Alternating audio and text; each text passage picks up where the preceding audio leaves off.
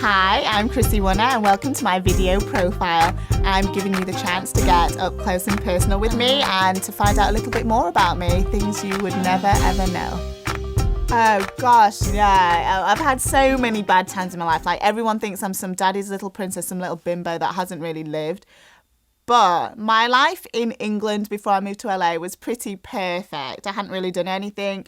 Private boarding school, mummy and daddy looked after me. I went to LA and I had to strive it out on my own. Went with one suitcase and I've had the worst of times. Not only did I go through a divorce at a very young age, the worst thing that has ever happened to me, because I was having to pay my own bills and sort of find my own way in life.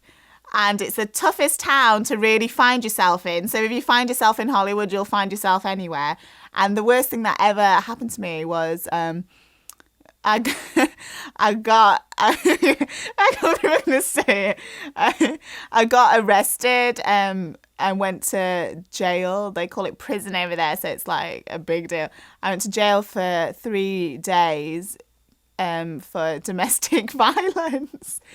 And I got 5 policemen came to, but basically all that happened was I was having an argument with the boy I was dating at the time. We were really drunk and I picked up a picture frame and threw it at him and threw a few plant pots off a balcony. The neighbours complained and I was screaming. I didn't know what was wrong.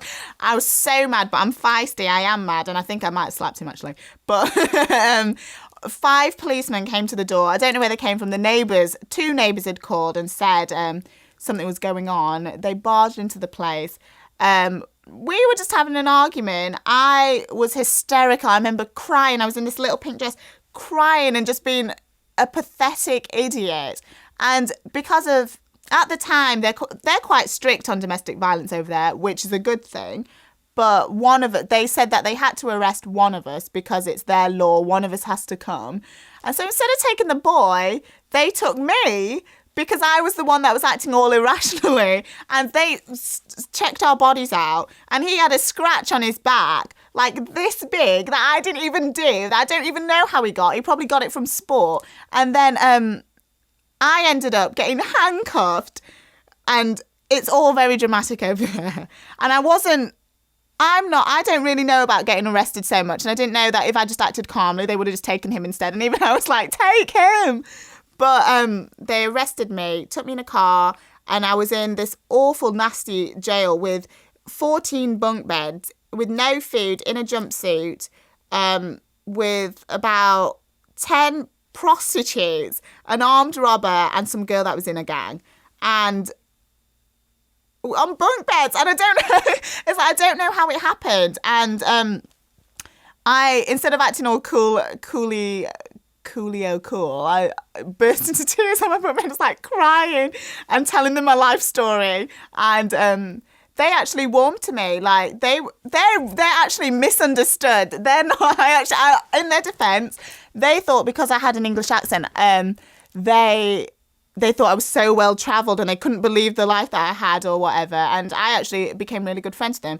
I had to stay in, because if you get arrested at the beginning of the weekend, you have to stay in there until the next day of court, which is Monday. So I had to stay in there the whole time.